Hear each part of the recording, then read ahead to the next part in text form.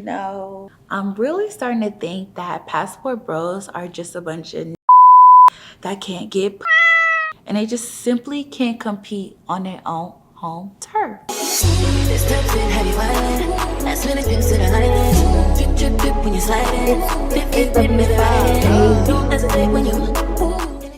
I absolutely had no intentions on talking about this. You guys have been flooding my DMs on IG, wanting me to give my take on the passport bros. So here I am. If you haven't been keeping up with the passport bros, I'm gonna get you up to speed. Allegedly, the passport bros are a group of men, mainly black men, who have this crusade of going across country and meeting traditional women. Now, don't get me wrong, I think that's actually a great idea. Your true love could be all across the world. Now, when I first got introduced to the passport bro, I thought that that's what it was, and I was okay with that. Women do it all the time where they go over to West Africa, they may go over to the Caribbean islands. But as I kept digging and found myself in these TikTok lives with the passport bros, I realized that this is some messy shit. The reason why I say this is because it comes off as these men that are maybe late 30s, 40s, 50s and above, just now getting their passport. Oh, I just got my passport, now I'm about to meet all these beautiful women. It's giving very much, my passport just came in the mail. I have absolutely 0 stamps and a heart. So for me, I was just like, why I gotta announce everything? There's so many video pages, and a lot of it was coming off more so belittling black women. And that's the issue that I have. So what if you want to travel across the world to meet women or to get, so what? Why do you have to bring black women in it? Travel in peace. No one literally cares. Black women could just simply just be existing, minding our business. And here's the passport bros like, oh, these women are more traditional. Oh, these women are better. And it's just like, babe, just say that you just couldn't pill women. You take your money to Santo Domingo and it weighs a little more, so you look a little rich. You take your money down there to Mexico, it weighs a little more, so you look a little rich. It's becoming so annoying. I don't see those women that go to different countries downing black men. I saw an article, I'll post the link in the description box, Brazilian police warning its female citizens about the passport bros. What turned into men traveling for love turned into, or is appearing to look like, sex tourism. And it's giving the passport bros a really bad look. And a lot of them are like, that's not fair.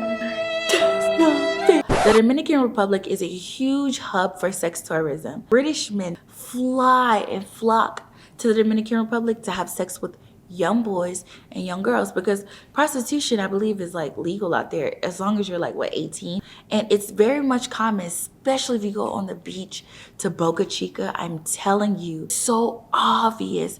They walk up to you, they offer you massages, and they proposition you and then see if you want more. And you can see the older guys out there with these really young looking girls. Basically, like, that's their pimp, and, you know, making them like, go talk to these people, go massage these people. I've seen it with my own eyes, and I know it's very much real. And passport bros is giving very much that, but on a scale of going across country and meeting young women. Now, we don't know if they meeting young boys. We don't know that yet, but it's probably gonna come out. But it's giving very much that. In my past, I had literally one of the experiences of dating a guy who, now that there's a term for it, he's definitely a passport bro. Went to the Dominican Republic, and he had his heart set out on finding prostitutes that he could pay to sleep with. And luckily I found out, totally disgusted with him. Me and my boys, we're gonna travel here, you know, blah, blah, blah. And one of his friends literally could not do it. His wife wouldn't allow it. But the guy I was dating at the time, made it so clear, oh, we're just going over there to explore.